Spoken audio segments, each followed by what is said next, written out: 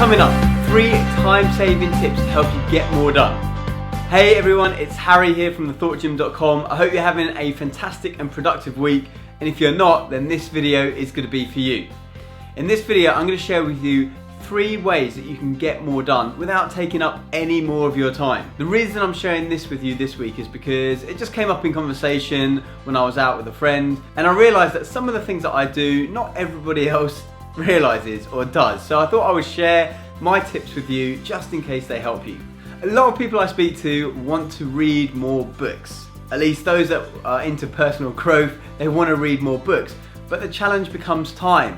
And I found this to be a big problem when I was commuting, is that I wanted to read more, but I only had a 9-minute commute on the tube, which is actually great, but at the same time doesn't afford a lot of time for reading.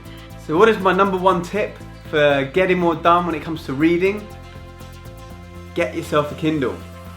I was against getting a Kindle for a long time because I thought, it's sacrilegious and I like reading normal books. But here's the thing, if you get a Kindle, you can still read normal books if you want. I in fact still do read normal books, but if I want to get more done, I often read the Kindle version.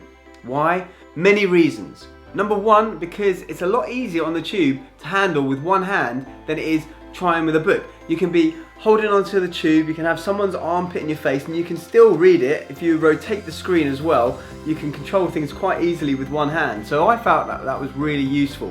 Plus, when you start playing around with the text size, you can start to really find your flow in terms of how fast you can read, and I found that you could read a lot quicker when you adjusted the text size to suit you. Plus, it's a lot easier to slip in and out of pockets. You can pull it out when you're kind of queuing up for the banking or queuing up for your salad, and it's just so much easier to get more done. I found myself reading probably about 20 to possibly even 30 or 40% faster because of the Kindle, which over time made a big difference. And despite a 9-minute commute, I was able to get in a lot of books. Alright, the second tactic that I'd like to share with you is that of using audiobooks or audio files, audio training files. When you start doing that, you start using up the time that would otherwise be potentially quote unquote wasted. So my commute was only 9 minutes, but yet I had about 10 minutes either side of that by the time you literally leave your door to get in on the tube at the platform. So that was really, I had a 30-minute commute, and therefore I had 20 extra minutes that I could use, which would otherwise be wasted walking up and down escalators and going through barriers and all of this. And I could listen to audiobooks. And if you're really keen, you can slap those on at 1.5 times as fast, or maybe even twice as fast. And the thing is, you get used to that speed and you'll end up hearing the whole book and still getting the whole book, but a lot quicker.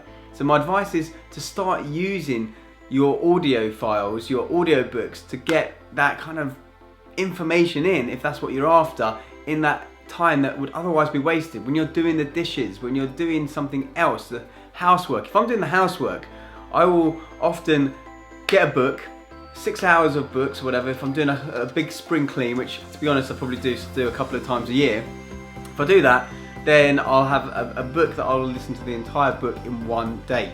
And what's my third tip for getting more done and being more productive?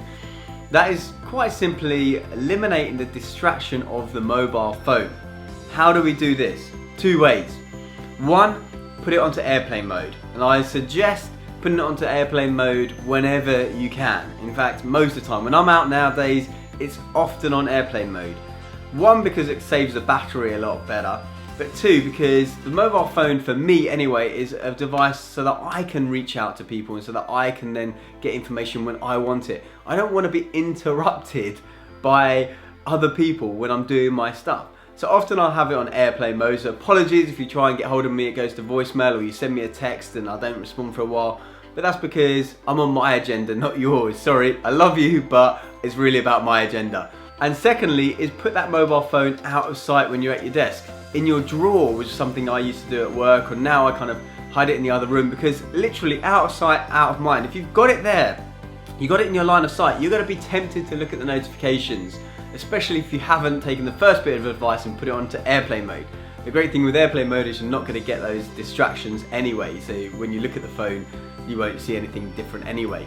So they're my 3 tips. Number 1, get yourself a Kindle or some kind of book like that so you can read the books a lot quicker. Number 2, start listening to audiobooks and audio training so that you use up the time that would otherwise be wasted. And number 3, put your phone into airplane mode and then hide it away in a drawer or desk when you're working. You will get more done and you'll forget that it was even there. That's it for this week. I hope those tips have been useful. Let me know how you get on. Do remember to subscribe for more great videos, and I will see you very soon.